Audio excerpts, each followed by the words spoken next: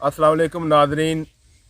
मैं ਤੁਹਾਡਾ ਹੋਸਟ ਅਖਤਰ ਚੌਧਰੀ ਤੇ ਅੱਜ ਅਸੀਂ ਜਿਹੜਾ ਵੀਲੌਗ ਕਰ ਰਹੇ ਹਾਂ ਇਹਦਾ ਸਾਡੀ ਮਾਂ ਬੋਲੀ ਨਾਲ ਪੰਜਾਬੀ ਜ਼ੁਬਾਨ ਦੇ ਨਾਲ ਖਾਸ ਤਲਕ ਹੈ। ਅਸੀਂ ਇਸ ਵਾਸਤੇ ਇਸ ਵੀਲੌਗ ਨੂੰ ਪੰਜਾਬੀ ਜ਼ੁਬਾਨ 'ਚ ਕਰ ਰਹੇ ਹਾਂ ਤੇ ਜਨਾਬ ਅੱਜ ਅਸੀਂ ਮੌਜੂਦ ਹਾਂ ਚੱਕ ਨੰਬਰ 41 ਆ ਰਹੇ ਮਲਿਆਂਵਾਲਾ ਰਿਨਾਲਾ ਖੁਰਦ ਜ਼ਿਲ੍ਹਾ ਉਕਾੜਾ ਵਿੱਚ।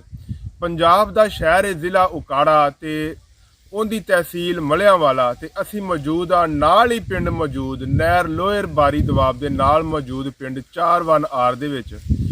ਤੇ ਅੱਜ ਤੁਹਾਨੂੰ ਇੱਥੇ ਅਸੀਂ ਸਪੈਸ਼ਲ ਇਸ ਵਾਸਤੇ ਲੈ ਕੇ ਆਏ ਆ ਕਿ 41 ਆਰੇ ਦੇ ਵਿੱਚ ਮੌਜੂਦ ਇਹ ਮੜੀ ਜਿਹੜੀ ਕਿ ਸਿੱਖਾਂ ਦੇ ਵਕਤ ਦੀ ਬਣੀ ਹੋਈ ਹੈ ਤੇ ਉਹਦਾ ਤੁਹਾਨੂੰ ਅਸੀਂ ਤਾਰਫ ਕਰਵਾਵਾਂਗੇ। ਨਾਲ ਤੁਹਾਨੂੰ ਅਸੀਂ ਦੱਸਾਂਗੇ ਕਿ ਸਿੱਖ ਇੱਥੇ ਕਿਸ ਤਰੀਕੇ ਨਾਲ ਰਹਿੰਦੇ ਸੀ ਤੇ ਕਿਹੜੇ ਕਿਹੜੇ ਸਰਦਾਰ ਸੀ ਇੱਥੇ ਤੇ ਕੀ ਨਾਂ ਸੀ ਉਹਨਾਂ ਦੇ, ਤਾਂ ਕਿ ਜਿਹੜੀਆਂ ਉਹਨਾਂ ਦੀਆਂ ਨਸਲਾਂ ਜਾਂ ਬਜ਼ੁਰਗ ਜਿਹੜੇ ਅੱਜ ਸਾਡੀ ਗੱਲ ਸਾਡੀ ਆਵਾਜ਼ ਸੁਣਦੇ ਪਏ ਨੇ ਉਹਨਾਂ ਨੂੰ ਆਪਦੇ ਪੁਰਾਣੇ 41 ਆਰ ਦੇ ਬਾਰੇ ਦੇ ਵਿੱਚ ਜਿਹੜੀ ਅੱਜ ਦੀ ਮਾਲੂਮਾਤ ਹੈ ਉਹ ਪਹੁੰਚ ਸਕੇ। ਤੇ ਅਸੀਂ ਤੁਹਾਨੂੰ ਅੱਜ ਇਸ ਮੜੀ ਦਾ ਤਾਰਫ ਕਰਵਾਵਾਂਗੇ ਤੇ ਤੁਹਾਨੂੰ ਇਹਦੇ ਬਾਰੇ 'ਚ ਮਜ਼ੀਦ ਜਿਹੜੀਆਂ ਤਫਸੀਲਾਤ ਨੇ ਉਹ ਤੁਹਾਨੂੰ ਅਸੀਂ ਜਨਾਬ ਦੱਸਾਂਗੇ ਤੇ ਸਾਡੇ ਨਾਲ ਰਹੋ ਤੇ ਅਸੀਂ ਤੁਹਾਨੂੰ ਦੱਸਨੇ ਮਜ਼ੀਦ ਇਹਦੇ ਬਾਰੇ ਤਫਸੀਲਾਤ। ਨਾਜ਼ਰੀਨ ਇਹ ਜਿਹੜੀ ਜਗ੍ਹਾ ਤੇ ਆਪਾਂ ਇਸ ਟਾਈਮ ਮੌਜੂਦ ਆ ਇਹ ਚੱਕ ਨੰਬਰ 41 ਆਰ ਏ ਦਾ ਮੇਨ ਰੋਡ ਹੈਗਾ ਜਿਹੜਾ ਰਿਨਾਲਾ ਖੁਰਦ ਤੋਂ ਲੈ ਕੇ ਤੇ ਚੂਚਕ ਤੱਕ ਜਾਂਦਾ ਹੈ ਤੇ ਇਹ 41 ਆਰ ਏ ਦਾ ਸਟਾਪ ਹੈਗਾ। ਯਾਨੀ ਕਿ ਚੱਕ 41 ਆਰ ਏ ਨੂੰ 2 ਅੱਡੇ ਲੱਗਦੇ ਨੇ ਹੁਣ ਤੇ ਦੋਵੇਂ ਅੱਡਿਆਂ ਦੀ ਤੁਹਾਨੂੰ ਮੈਂ ਤਸਵੀਰਾਂ ਦਿਖਾ ਰਿਹਾ ਤੇ ਇਸ ਟਾਈਮ ਤੁਸੀਂ ਦੇਖ ਰਹੇ ਜੇ ਕੁੜੀਆਂ ਦਾ ਸਕੂਲ, ਕੁੜੀਆਂ ਦਾ ਹਾਈ ਸਕੂਲ ਹੈ ਚੱਕ ਨੰਬਰ 41 ਆਰ ਦੇ ਵਿੱਚ ਤੇ ਤੁਸੀਂ ਉਹ ਦੇਖ ਰਹੇ ਜੋ। ਤੇ ਇਸ ਤੋਂ ਬਾਅਦ ਅੱਗੇ ਮੁੰਡਿਆਂ ਦਾ ਸਕੂਲ ਹੈ ਚੱਕ 41 ਆਰ ਦੇ ਵਿੱਚ। ਬਹੁਤ ਹੀ ਵੱਡੇ ਸਕੂਲ ਨੇ ਔਰ ਇਲਾਕੇ ਦੇ ਬੜੇ ਸੋਹਣੇ ਸਕੂਲ ਨੇ। ਇਹ ਯੂਨੀਅਨ ਕੌਂਸਲ ਹੈ 41 ਆਰ ਦੀ ਤੇ ਇਹਦਾ ਨਕਸ਼ਾ ਹੈ ਤੇ ਇਹ ਮੜੀ ਦਾ ਜਿਹੜਾ ਏਰੀਆ ਹੈ ਉਹਦੀ ਫੋਟੋ ਹੈ। ਇਹਦੇ ਨਜ਼ਦੀਕ ਹੀ ਨਾਲ ਹੀ ਮੜੀ ਦੇ ਸ਼ਮਸ਼ਾਨ ਘਾਟ ਵੀ ਹੁੰਦਾ ਸੀ। ਬਹੁਤ ਹੀ ਜ਼ਰਖੇਜ਼ ਇਲਾਕਾ ਹੈ ਵਾਲਾ ਤੇ ਨਹਿਰ ਲੋਅਰ ਬਾਰੀ ਦਵਾਬ ਦੇ ਨਜ਼ਦੀਕ ਵਾਕਿਆ ਹੋਣ ਦੀ ਵਜ੍ਹਾ ਨਾਲ ਪਾਣੀ ਵੀ ਬਹੁਤ ਜ਼ਿਆਦਾ ਇੱਥੋਂ ਦਾ ਤੇ ਬਹੁਤ ਹੀ ਅੱਛੀ ਜਗ੍ਹਾ ਹੈ। 41 ਆਰੇ ਦੀ ਆਬਾਦੀ ਇਸ ਟਾਈਮ ਤਕਰੀਬਨ 25,000 ਨਫੂਸ ਤੇ ਮੁਸ਼ਤਮਲ ਹੋਏਗੀ। ਇਸ ਲਿਹਾਜ਼ ਨਾਲ 41 ਆਰ ਏ ਇਸ ਇਲਾਕੇ ਦਾ ਸਭ ਤੋਂ ਵੱਡਾ ਪਿੰਡ ਹੈ। ਇੱਥੇ ਤਰ੍ਹਾਂ ਤਰ੍ਹਾਂ ਦੀਆਂ ਫਸਲਾਂ ਤੇ ਖੂਬਸੂਰਤ ਮੰਜ਼ਰ ਵੇਖਣ ਚਾਹੁੰਦੇ ਨੇ। ਇਹ ਬਿਲਕੁਲ ਮੜੀ ਦੇ ਸਾਹਮਣੇ ਸੂਰਜ ਦੇ ਗਰੂਬ ਹੋਣ ਦਾ ਮੰਜ਼ਰ ਹੈ। ਇਹ ਬੰਦਾ ਤੁਸੀਂ ਵੇਖ ਰਹੇ ਜੇ ਇਹ ਮਲੰਗ ਇੱਥੇ ਹੀ ਹੁੰਦਾ ਹੈ। ਮੜੀ ਦੇ ਉੱਤੇ ਦੀਵਾ ਵੀ ਬਾਲਦਾ ਤੇ ਸਫਾਈ ਸੁਥਰਾਈ ਵੀ ਕਰਦਾ ਤੇ ਇੱਥੇ ਇਹਦੀ ਦੇਖਭਾਲ ਕਰਦਾ, ਕੋਈ ਜਾਨਵਰ ਖ਼ਰਾਬ ਨਾ ਕਰੇ ਤੇ ਜਾਂ ਬਾਹਰ ਦੇ ਜਾਨਵਰ ਇਹਨੂੰ ਖ਼ਰਾਬ ਨਾ ਕਰਨ ਤੇ ਇੱਥੇ ਰਹਿੰਦਾ ਜੀ ਇਹ ਬੰਦਾ। ਤੇ ਦੇਖੋ ਇਹਨੇ ਮੜੀ ਦਾ ਅੰਦਰੂਨੀ ਹਿੱਸਾ ਇਹ ਦੀਵਾ ਪਿਆ ਹੋਇਆ, ਇਹ ਬੰਦਾ ਇਹਨੂੰ ਬਾਲਦਾ ਜਿਹੜਾ ਦਰਵੇਸ਼। ਤੇ ਆ ਅੰਦਰੂਨੀ ਹਿੱਸਾ ਹੈ ਮੜੀ ਦਾ। ਵਕਤ ਦੀ ਧੂਲ ਦੇ ਵਿੱਚ ਇਹਦਾ ਰੰਗ ਤੇ ਕਾਫੀ ਹੱਦ ਤੱਕ ਜਿਹੜਾ ਉਹ ਬਦਲ ਗਿਆ ਤੇ ਖ਼ਰਾਬ ਹੋ ਗਿਆ, ਲੇਕਿਨ ਉਸ ਦੇ ਬਾਵਜੂਦ ਇਹ ਅੱਜ ਵੀ ਅਗਰ ਥੋੜ੍ਹੀ ਜਿਹੀ ਤਵੱਜੋ ਦਿੱਤੀ ਜਾਏ ਤੇ ਇਹ ਆਪਣੀ ਪੁਰਾਣੀ ਆਬੋ-ਤਾਬ 'ਚ ਵਾਪਸ ਆ ਸਕਦੀ ਹੈ। ਇਹ ਚੂੰਕਿ ਇੱਕ ਪੁਰਾਣਾ ਵਿਰਸਾ ਹੈ, ਸਾਡੇ ਵੱਡਿਆਂ ਦੀ ਇੱਕ ਨਿਸ਼ਾਨੀ ਹੈ, ਸਿੱਖਾਂ ਦੇ ਪਿਆਰ ਤੇ ਮੁਹੱਬਤ ਦੀ ਇਸ ਇਲਾਕੇ ਦੇ ਵਿੱਚ ਜਿਹੜੀ ਅਸੀਂ ਰਹਿੰਦੇ ਸਾਂ ਉਹਦੀ ਨਿਸ਼ਾਨੀ ਹੈ ਤੇ ਇਹਨੂੰ ਸੰਭਾਲਣਾ ਵੀ ਸਾਡੀ ਜ਼ਿੰਮੇਵਾਰੀ ਹੈ। ਤੇ ਅਸੀਂ ਮਿਲ ਜੁਲ ਕੇ ਕੋਸ਼ਿਸ਼ ਵੀ ਕਰ ਰਹੇ ਹਾਂ ਤੇ ਕੋਸ਼ਿਸ਼ ਕਰਦੇ ਰਹਾਂਗੇ। ਉਮੀਦ ਹੈ ਕਿ ਸਾਡੀ ਗੌਰਮੈਂਟ ਵੀ ਕੋਸ਼ਿਸ਼ ਕਰੇਗੀ ਜਾਂ ਇਲਾਕੇ ਦੇ ਜਿਹੜੇ ਬਾਬੇ ਇਖਤਿਆਰ ਨੇ ਉਹ ਵੀ, ਕਿ ਇਹਨੂੰ ਇਹਦੀ ਅਸਲੀ ਹਾਲਤ ਵਿੱਚ ਕਾਇਮ ਰੱਖਿਆ ਜਾ ਸਕੇ ਤਾਂ ਕਿ ਆਉਣ ਵਾਲੀਆਂ ਨਸਲਾਂ ਨੂੰ ਇਹ ਪਤਾ ਲੱਗੇ ਕਿ ਇਹ ਇਲਾਕੇ ਦੇ ਵਿੱਚ ਸਿੱਖ ਬੜੇ ਪੁਰਅਮਨ ਤੇ ਬੜੇ ਅੱਛੇ ਤਰੀਕੇ ਨਾਲ ਰਹੇ ਨੇ। ਇਹ ਮੰਜ਼ਰ ਤੁਸੀਂ ਦੇਖ ਸਕਦੇ ਜੇ ਕਿ ਕਿੱਡੇ ਖੂਬਸੂਰਤ ਮੰਜ਼ਰ ਨੇ ਇਸ ਇਲਾਕੇ ਦੇ। ਤਰ੍ਹਾਂ ਤਰ੍ਹਾਂ ਦੀਆਂ ਫਸਲਾਂ ਤੇ ਹਰ ਫਸਲ ਇੱਥੇ ਹੁੰਦੀ ਹੈ। ਬਹੁਤ ਹੀ ਖੂਬਸੂਰਤ ਇਲਾਕਾ ਹੈ। ਹਾਂਜੀ ਨਾਜ਼ਰੀਨ, ਸਭ ਤੋਂ ਪਹਿਲੇ ਅਸੀਂ ਤੁਹਾਨੂੰ ਇਸ 4 ਆਰੇ ਦਾ ਤਾਰਫ ਕਰਵਾਵਾਂਗੇ। ਤੇ ਨਾਜ਼ਰੀਨ, ਤੁਹਾਨੂੰ ਪਤਾ ਹੋਏਗਾ ਕਿ 1914 ਦੀ ਦੂਸਰੀ ਜੰਗੇ ਅਜ਼ੀਮ ਤੋਂ ਬਾਅਦ ਅੰਗਰੇਜ਼ਾਂ ਨੇ ਇਸ ਇਲਾਕੇ ਨੂੰ ਵਸਾਉਣ ਦਾ, ਇਹ ਬੰਜਰ ਇਲਾਕਾ ਸੀ, ਜੰਗਲੀ ਇਲਾਕਾ ਸੀ, ਇਹਨੂੰ ਵਸਾਉਣ ਦਾ ਪ੍ਰੋਗਰਾਮ ਬਣਾ ਲਿਆ। ਤੇ ਇੱਕ ਨਹਿਰ ਲੋਅਰ ਬਾਰੀ ਦਵਾਬ LBDC ਜਿਹੜੀ ਉਹਨਾਂ ਨੇ ਬਣਵਾਈ। LBDC ਤਾਂ ਬੜਾ ਵੱਡਾ ਅੰਗਰੇਜ਼ਾਂ ਦਾ ਇੱਕ ਕਾਰਨਾਮਾ ਸੀ, ਇੱਕ ਰੇਲਵੇ ਟਰੈਕ ਵਿਛਾਉਣ ਵਾਲਾ ਤੇ ਇੱਕ LBDC ਨਹਿਰ ਵਾਲਾ ਇਸ ਇਲਾਕੇ ਵਾਸਤੇ ਬੜਾ ਅਹਿਮ ਸੀ। ਉਹਨਾਂ ਵਕਤਾਂ ਦੇ ਵਿੱਚ ਲੋਟੇ ਵਾਲੀ ਕਰੇਨ ਚੱਲਦੀ ਹੁੰਦੀ ਸੀ, ਜਿਹੜੀ ਮਿੱਟੀ ਨੂੰ ਕੁਤਰ ਕੇ ਤੇ ਇੱਕ ਪਾਸੇ ਅੱਧੀ ਤੇ ਅੱਧੀ ਇੱਕ ਪਾਸੇ ਸਿੱਟਦੀ ਜਾਂਦੀ ਸੀ। ਉਹਨਾਂ ਦੇ ਨਾਲ ਤੇ ਹਜ਼ਾਰਾਂ ਦੀ ਤਾਦਾਦ ਵਿੱਚ ਮਜ਼ਦੂਰ ਲੱਗੇ। ਉਹਨਾਂ ਸਾਰਿਆਂ ਰਲ ਮਿਲ ਕੇ ਤੇ ਨਹਿਰ ਜਿਹੜੀ ਹੈ ਲੋਅਰ ਬਾਰੀ ਦਵਾਬ ਉਹ ਬਣਾਈ, ਜਿੰਦੇ ਨਾਲ ਇਸ ਇਲਾਕੇ ਨੂੰ ਸੈਰਾਬ ਕਰਨ ਦਾ ਮਨਸੂਬਾ ਬਣਾਇਆ ਅੰਗਰੇਜ਼ ਗੌਰਮੈਂਟ ਨੇ ਤੇ ਲੋਕਾਂ ਨੂੰ ਇੱਥੇ ਆਬਾਦ ਕੀਤਾ, ਪਿੰਡਾਂ ਦੇ ਪਿੰਡ ਵਸਾਏ ਤੇ ਇਹ ਪਿੰਡ 4 ਆਰੇ ਵੀ ਇੱਥੇ ਉਹਨਾਂ ਨੇ ਵਸਾਇਆ। ਤੇ ਇਹ ਜਿਹੜਾ ਪਿੰਡ ਹੈ ਇਹਦੇ ਨਾਲ ਪਿੰਡ ਵਾਕਿਆ ਨੇ, ਇਹਦੇ ਮਸ਼ਰਕ ਦੇ ਵਿੱਚ 2 ਨਾਰ ਜਿਹੜਾ ਪਿੰਡ ਸੀ ਉਹ ਸੀ ਕਰਨਲ ਅੱਲਾ ਦਿੱਤੇ ਦਾ। ਉਹਦੇ ਨਾਲ ਹੈਗਾ ਸ਼ਮਾਲ ਦੇ ਵਿੱਚ ਪਿੰਡ ਹੈਗੇ ਨੇ 1 ਨਾਰ ਤੇ 3 ਨਾਰ। ਜਿਹੜਾ 1 ਨਾਰ ਪਿੰਡ ਸੀ ਉਹ ਸੀ ਰਤਨ ਲਾਲ ਲੰਮੇ ਦਾ ਪਿੰਡ। ਬਗੜੀਆ ਸਿੱਖ ਸੀ ਤੇ 6-7 ਮੁਰੱਬੇ ਉਹਦੀ ਜਗ੍ਹਾ ਸੀ ਤੇ ਸਰਦਾਰ ਆਦਮੀ ਸੀ, ਇਲਾਕੇ ਦਾ ਕਰਨ ਧਰਨ ਵਾਲਾ ਬੰਦਾ ਸੀ ਤੇ ਬੜੇ ਤਲੁਕਾਤ ਵਾਲਾ ਬੰਦਾ ਸੀ ਜਨਾਬ। ਤੇ ਜਿਹੜਾ 3 ਨਾਰ ਸੀ ਉਥੋਂ ਦਾ ਸਰਦਾਰ ਸੀ ਪਤਰਾਮ ਵੀ ਸਰਦਾਰ ਸੀ। ਉਹਦੇ ਨਾਲ ਆ ਜਾਂਦੇ ਨੇ ਪਿੰਡ 7 ਨਾਰ। 7 ਨਾਰ ਜਿਹੜਾ ਸੀ ਉਹ ਮੁਸਲਮਾਨਾਂ ਦਾ ਪਿੰਡ ਸੀ। ਉੱਥੇ ਸਰਦਾਰ ਸੀ ਰਤਨ ਖਾਨ ਤੇ ਰਾਏ ਚਗੱਤੇ ਖਾਨ। ਰਾਏ ਚਗੱਤੇ ਖਾਨ ਇਲਾਕੇ ਦਾ ਬੜਾ ਮੰਨਿਆ ਤੰਨਿਆ ਬੰਦਾ ਸੀ ਤੇ ਬੜਾ ਸਰਦਾਰ ਆਦਮੀ ਸੀ। ਇਲਾਕੇ ਵਿੱਚ ਉਹਦਾ ਇੱਕ ਨਾਂ ਚੱਲਦਾ ਸੀ ਤੇ ਉਹਦੇ ਤੋਂ ਬਾਅਦ ਉੱਥੇ ਆ ਗਿਆ ਅਮੀਨ ਖਾਨ, ਜਿੰਦੇ ਨਾਂ ਤੇ ਅੱਜ ਵੀ ਉਹ 7 ਚੱਕ ਅਮੀਨ ਵਾਲਾ ਵੱਜਦਾ ਹੈ। 8 ਚੱਕ ਦੇ ਵਿੱਚ ਸਰਦਾਰ ਸੀ ਕਸ਼ਨ ਰਾਮ ਵੀ ਉਸ ਇਲਾਕੇ ਦਾ ਸਰਦਾਰ ਸੀ ਤੇ ਉਹਦਾ ਵੀ ਜ਼ਮੀਨ ਵਾਲਾ ਬੰਦਾ ਸੀ, ਜ਼ਮੀਨ ਜਾਇਦਾਦ ਵਾਲਾ, ਤੇ ਕਰਤਾ ਧਰਤਾ ਸੀ ਆਪਦੇ ਇਲਾਕੇ ਦਾ। 4 ਨਾਰੇ ਵਿੱਚ ਅਸੀਂ ਅਗਰ ਆ ਜਾਈਏ ਤੇ ਇੱਥੇ ਜਨਾਬ ਨੰਬਰਦਾਰ ਸੀ ਸਰਦਾਰ ਚੰਦਾ ਸਿੰਘ।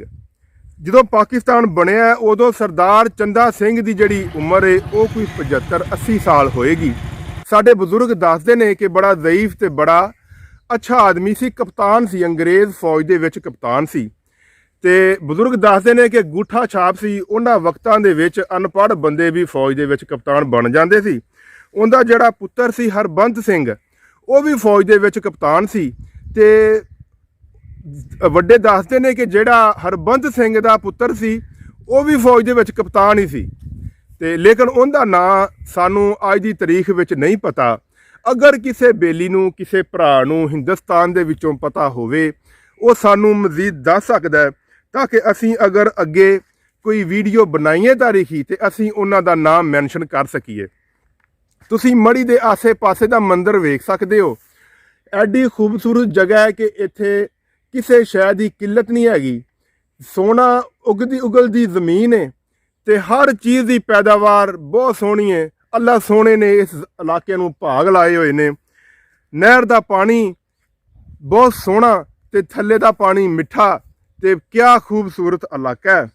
ਤੇ ਸਾਡੇ ਬਜ਼ੁਰਗ ਦੱਸਦੇ ਨੇ ਕਿ ਇੱਥੇ 4 ਆਰ ਦੇ ਵਿੱਚ ਜਿਹੜੇ ਵੱਡੇ ਸਿੱਖ ਰਹਿੰਦੇ ਸੀ ਉਹਨਾਂ ਦੇ ਨਾਂ ਸੀ ਬਿਆਲ ਸਿੰਘ, ਜਾਗਰ ਸਿੰਘ, ਸਵੈਲ ਸਿੰਘ, ਕਰਮ ਸਿੰਘ, ਗੁਰਨਾਮ ਸਿੰਘ ਤੇ ਰੇਸ਼ਮ ਸਿੰਘ। ਇਹ ਇਸ ਇਲਾਕੇ ਦੇ ਰਹਿਣ ਵਾਲੇ ਜਿਹੜੇ ਸਿੱਖ ਸੀ ਵੱਡੇ ਘਰ, ਉਹ ਇਹਨਾਂ ਦੇ ਨਾਂ ਨੇ। ਤੇ ਅਗਰ ਉਹਨਾਂ ਦਾ ਕੋਈ ਸੁਣਦਾ ਹੈ ਸਾਡੇ ਨਾਲ ਰਾਬਤਾ ਕਰੇ, ਅਸੀਂ ਉਹਨੂੰ ਪਿੰਡ ਦੀ ਵੀ ਸੈਰ ਕਰਵਾ ਦਿਆਂਗੇ। ਤੇ ਸਿੱਖਾਂ ਦੇ ਤੇ ਮੁਸਲਮਾਨਾਂ ਦੇ ਇਸ ਇਲਾਕੇ ਦੇ ਵਿੱਚ ਜਿਹੜੇ ਤਲੁਕਾਤ ਸੀ ਉਹ ਭੈਣਾਂ ਭਰਾਵਾਂ ਵਾਲੇ ਤਲੁਕਾਤ ਸੀ। ਤੇ ਸਾਡੇ ਤਲਕ ਨੂੰ ਲੱਗ ਗਈ ਨਜ਼ਰ, ਸਾਡੇ ਤਲਕ ਨੂੰ ਖਾ ਗਈ ਕਾਂਗਰਸ ਤੇ ਸਾਡੇ ਤਲਕ ਨੂੰ ਖਾ ਗਿਆ ਹਿੰਦੂਆਂ ਨੇ ਸ਼ਰਾਰਤ ਕੀਤੀ। ਸ਼ਰਾਰਤੀ ਕੌਮ ਸੀ ਹਿੰਦੂ, ਉਹਨਾਂ ਨੇ ਮੁਸਲਮਾਨਾਂ ਨੂੰ ਤੇ ਸਿੱਖਾਂ ਨੂੰ ਲੜਵਾ ਦਿੱਤਾ ਤੇ ਤਕਰੀਬਨ 10 ਲੱਖ ਬੰਦਾ ਮੁਸਲਮਾਨ ਤੇ ਸਿੱਖ ਮਰਵਾ ਦਿੱਤਾ।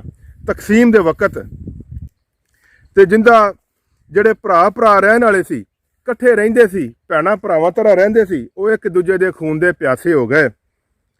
ਹਾਲਾਂਕਿ ਜਦੋਂ ਪਾਕਿਸਤਾਨ ਬਣਿਆ ਤੇ ਤਾਰਾ ਸਿੰਘ ਸੀ ਜਿਹੜਾ ਸਿੱਖਾਂ ਦਾ ਲੀਡਰ ਸੀ, ਉਹਨੂੰ ਕਾਇਦ ਆਜ਼ਮ ਨੇ ਬੁਲਾਇਆ ਤੇ ਕਾਇਦ ਆਜ਼ਮ ਨੇ ਉਹਨੂੰ ਕਿਹਾ ਕਿ ਤਾਰਾ ਸਿੰਘ, ਤੂੰ ਹਿੰਦੁਸਤਾਨ 'ਚ ਸ਼ਾਮਲ ਨਾ ਹੋ, ਤੂੰ ਪਾਕਿਸਤਾਨ 'ਚ ਸ਼ਾਮਲ ਹੋ, 5 ਜ਼ਿਲ੍ਹੇ ਤੂੰ ਲੈ ਲੈ, ਤੂੰ ਆਪਦੇ ਅਲੱਗਾ ਰਿਆਸਤ ਬਣਾ ਲੈ, 5 ਜ਼ਿਲ੍ਹੇ ਪੰਜਾਬ ਦੇ ਲੈ ਲੈ ਤੇ ਤੂੰ ਉੱਥੇ ਸਾਰੇ ਸਿੱਖਾਂ ਨੂੰ ਇਕੱਠੇ ਕਰ ਲਓ ਤੇ ਤੁਸੀਂ ਆ ਜਾਓ ਪਾਕਿਸਤਾਨ 'ਚ ਤੇ ਕਰੰਸੀ ਪਾਕਿਸਤਾਨ ਦੀ ਚੱਲੇਗੀ ਤੇ ਤੁਸੀਂ ਪਾਕਿਸਤਾਨ 'ਚ ਰਹੋ।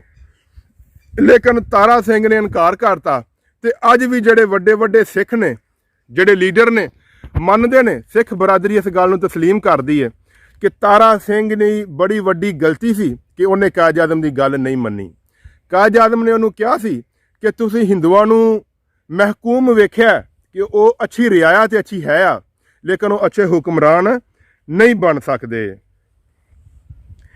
ਤੇ ਕਰਮ ਸਿੰਘ ਸੀ ਜਿਹੜਾ, ਕਰਮ ਸਿੰਘ ਇੱਥੋਂ ਦਾ ਰਹਿਣ ਵਾਲਾ, ਉਹਦੀਆਂ 2 ਬੀਵੀਆਂ ਸੀ, ਇੱਕ ਦਾ ਨਾਂ ਤੰਤ ਕੌਰ ਸੀ, ਇੱਕ ਦਾ ਨਾਂ ਬੰਤ ਕੌਰ ਸੀ ਤੇ ਉਹਦੇ 2 ਬੇਟੇ ਸੀ, 3 ਬੇਟੇ ਸੀ ਉਹਦੇ। ਇੱਕ ਬੀਵੀ ਚੋਂ 2 ਬੇਟੇ ਸੀ ਤੇ ਇੱਕ ਬੇਟੀ ਸੀ ਤੇ ਇੱਕ ਬੀਵੀ ਦੇ ਵਿੱਚੋਂ ਇੱਕ ਬੇਟਾ ਸੀ।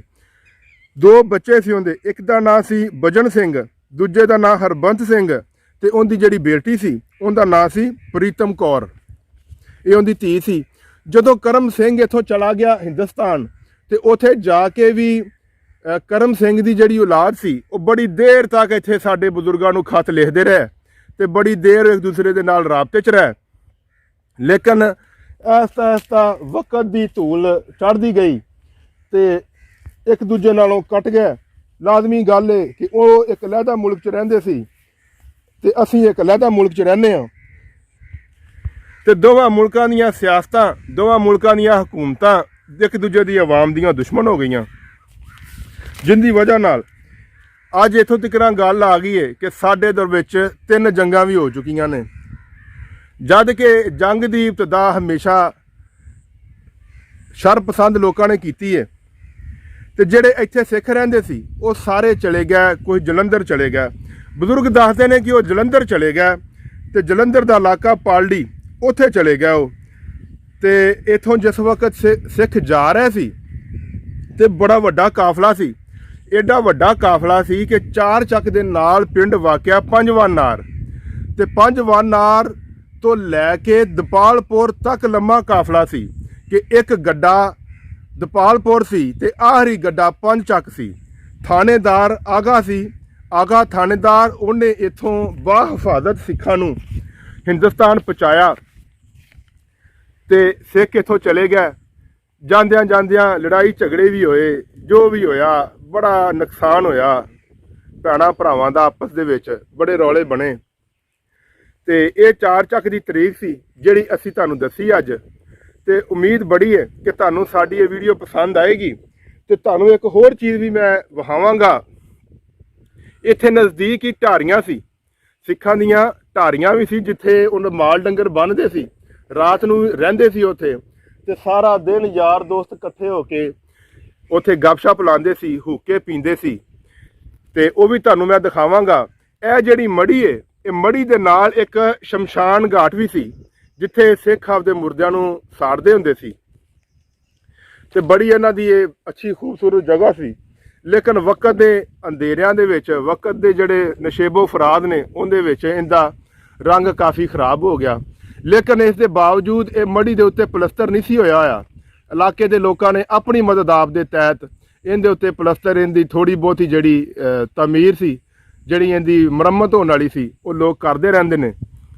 ਤੇ ਅੱਜ ਵੀ ਇਲਾਕੇ ਦੇ ਲੋਕ ਸਿੱਖਾਂ ਨਾਲ ਤੇ ਹਿੰਦੁਸਤਾਨ ਦੇ ਨਾਲ, ਖਾਸ ਤੌਰ ਤੇ ਸਿੱਖਾਂ ਨਾਲ, ਹਿੰਦੂਆਂ ਨਾਲ ਤਾਂ ਨਹੀਂ, ਸਿੱਖਾਂ ਨਾਲ ਖਾਸ ਪਿਆਰ ਮੁਹੱਬਤ ਰੱਖਦੇ ਨੇ ਤੇ ਅੱਜ ਵੀ ਯਾਦ ਕਰਦੇ ਨੇ ਬਜ਼ੁਰਗ ਕਿ ਕਿੰਨਾ ਚੰਗਾ ਵਕਤ ਸੀ ਜਦੋਂ ਅਸੀਂ ਇੱਥੇ ਰਲ ਕੇ ਰਹਿੰਦੇ ਸੀ।